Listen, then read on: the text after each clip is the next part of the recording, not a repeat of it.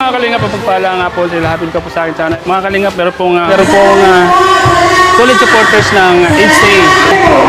Ate, hello po ate. Kumusta po kayo ate? Ayos lang po, okay lang.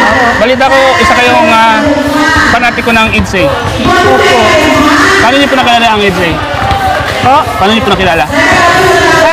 Nakita ko po siya sa Facebook. Facebook? Sino po ang kakilala mo doon sa HCA? Yung kinakahit po Sino? si Rab. Yung lahat na HCA, sino yung mga bida doon? Ang pinadoon si Dr. Lab. Hindi! Antido. Kumusta naman po? Okay naman po, kinikilig niya. Masyado po kasing sila ko sa isa't isa. Lagi po kayo nanonood. Ano po yung mga hindi nyo malilimutan sa HCA po? Doon po pumunta sila sa Japan. Di ba po nagpunta sa Japan at nag-awit sila pong dalawa. Sa Hong Kong? Hong Kong po. Yan, lagi kayo nanonood talaga? Opo. Lagi pinanonood? Tapos po yung pumunta sila sa isla ano ba yun? Yung isla pong pinuntahan nyo? Sa isla? Oo. Saan yan? Sambuanga yata. O Cebu. Sa kuwan po yun sa... Doon po yun sa... Nakalimutan ko na. Basta po lagi po kayo nagbablog tapos ikaw po itong nagdadance kayo. Tapos yung pag-birthday ni Biancy, tinanood ko pa rin yan. Ano po, kwento nyo na po ako ng mga nangyari sa HCA, yung mga napapanood nyo po. Yun po nag-birthday po siya. Tapos yung pagpabahay niya po ba, diba, nag-blessing po doon. Tapos yung ni Biancy na hindi siya nagpasalamat kay Ido. Yung pala, yun, personal niyang papasalamatan ka, hindi niya sinabi doon sa pag-announce niya. Yun po, lagi ko po. Ilang taon po kayo ate? Ano na po ako, sir? 64 years old. Ano po yung karamdam niyo pag pinapanood niyo po ang HCA? Parang bumabata rin ako, sir. Tapos po, yun na po kasi, sir, ang libangan ko kasi byuda na din.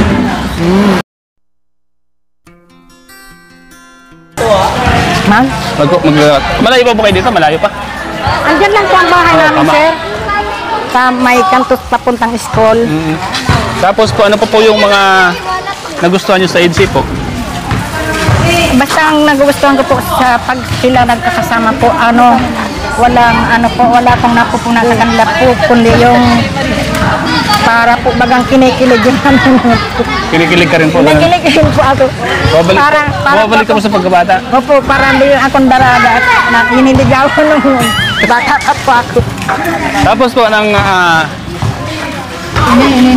tapos, ano naman po sabi ng mga anak mo?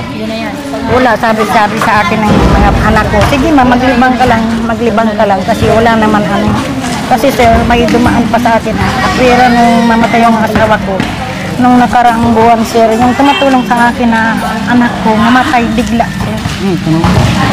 Nagtatrabaho siyang nagsusuporta sa amin.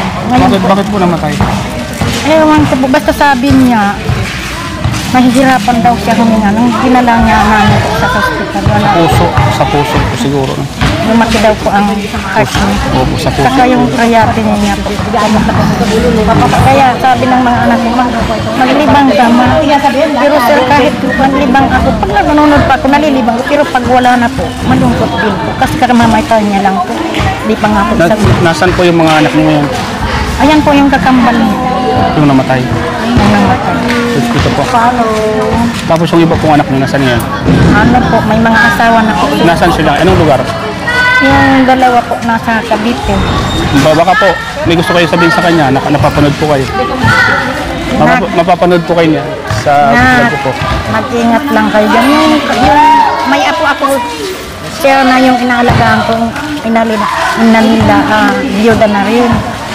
Tapos yun po, sir, nabalitaan ko po sila na siya na naka-confine din sa ospital kasi mataas po ang sugar niya at high blood. Kaya yan na lang po, sir, anong sasabihan ko. Anak, mag-iingat na lang po siya. Huwag siya kakain ng bawal na pagkain. Yung bali, sa lahat ng pinagdaanan niyo po, yung EDSA na lang po nakakapagpaligaya sa'yo. Pag nanonood po ako ng cellphone. Kaso po, nabuboring po ako pag wala ng signal. Mahirap ang signal sa amin. Kailangan palagi kang nanonood ba, no? Kasi, Saka po, lagi po, kayo po lahat yung mga boys, K-Boys, kay boys po. na pinapanood niyo po. Pinapanood ko po pag Panood nagsasalamat. niyo po ito mapapanood po kayo sa channel ko, Starax TV.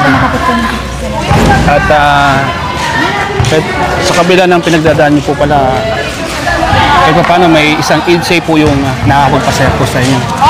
Manood lang po kayo palagi. Ano po, sabay-sabay po tayo. Habang, Tapos, di na po. ha? Dito? Dito. Ay, mga picture pa pala kami. Sabay ka na sa amin, picture. Ayan. Ayan mo nanay at ito pong vlog natin ay makakarating po ito kay Beyonce.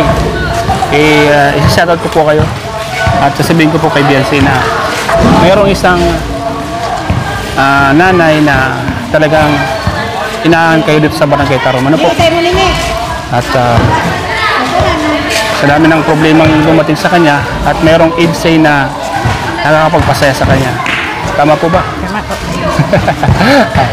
Kasi siyempre, no? Bira yung maging masaya ka, di ba? Sa kabila ng mga pinagdaanan mo, di ba? Pero mayroong isang EDSA na nakapagpapasaya sa iyo pag nanonood ko kayo. Ano? Mayroon ka bang gustong sabihin kay Beyonce? Mapapanood ko niya. Sana manatili kang mabait. Kay Edo. Sana lagi kang tumulong sa mga mahihirap. Sige. Sana magmahalan po kayong habang buhay. Magkatuluyan kayo.